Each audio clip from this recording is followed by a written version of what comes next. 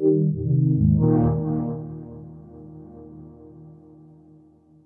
Asif Khan, CEO of Shacknews, here with Sasha Marinkovic from AMD, and we're here discussing Liquid VR, their new SDK, which is multi-platform for multiple HMDs.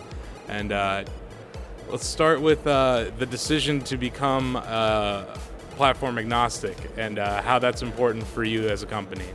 Well, for us, Liquid VR is more than just the SDK. It's an initiative how to solve customer problems in virtual reality. And obviously, when you look at virtual reality, it's a completely new world, a completely new area where everybody is trying to figure out what are the customer pain points and problems and how do we solve them. So we look at the three major areas: comfort, content, and compatibility in order to deliver that. And there's so much talk about virtual reality, and there's not a single headset that has been launched in the market that you can purchase.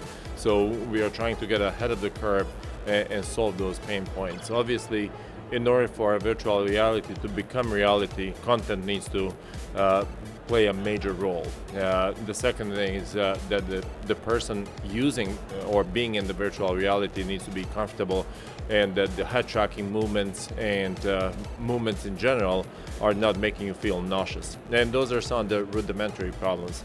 But also then we need to issue or solve the issue of compatibility and how we are going to be working with different headset manufacturers. So our decision was to basically enable headset manufacturers to do their best work, and we are going to be in the background powering every pixel that they're going to be displaying on the screen. And one thing I noticed in the demonstration today is that Liquid VR is focusing very much so on multiple graphics cards and how you can dedicate one to one eye, one to another. If you have 3 graphics cards, you can even push even more. I think 60 hertz is a very choppy experience. You're speaking to VR sickness. I feel that if we can get to that 90 hertz, that's probably the ideal sweet spot for now. Can you speak to the importance of having multiple graphics cards when it comes to a smooth VR experience? Well, and it's not only trying to get to 90 hertz, you must hit 90 hertz. In the games in the past, if you don't hit 30 frames per second, you're not going to get sick by playing the game. Without hitting and consistently maintaining those 90 hertz and 90 frames per second is going to be a problem. So there are 2 major areas that we need to work on. One is the low latency and getting it below 10 milliseconds. The other one is to consistently hit those 90 frame rates and really have those 2 work together. So AMD has done a lot of work even before announcing this to ensure that our architecture can support it. So you have all GCN architecture products supporting these features that we have announced. And then when headset manufacturers are going to be shipping their solutions, they're going to probably publish the minimum requirements, and then we'll see what products are going to be delivering that amazing experience. But you're absolutely right in terms of the GPUs and how they work in terms of 1 GPU per eye. And obviously not for every content you're going to need that amount of computational power, but with the feature Affinity Multi-GPU, that's what we are delivering, that we are changing from alternate frame rendering that we had on the PC games to having Affinity Multi-GPU, where 1 GPU is basically dedicated to 1 eye.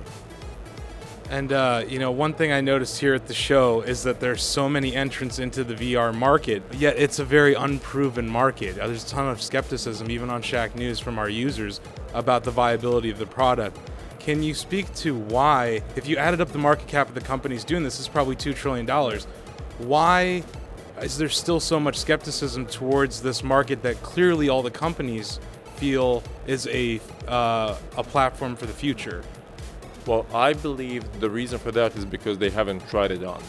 And I became a believer within 5 seconds of putting Crescent Bay on and seeing the showdown. And I really loved it, and I said, this is going to be amazing. Like you look at how cool it is to move around, to see everything around it, to be able to look back and see the scene behind you. and now I couldn't help but moving my head when the object would be flying my way, or to be scared that something is going to happen when it was that real, it was that gripping. So I think in many cases here, seeing is believing, and the more people that see it, the more people are going to believe it, and the more people actually that get that good experience. So when you look at the demo that we have here, powered by AMD and Liquid VR, when you see that, you're going to become a believer. Well, I appreciate you taking your time to speak with us today, and I wish you luck with Liquid VR. And stay tuned to Shacknews for all things VR.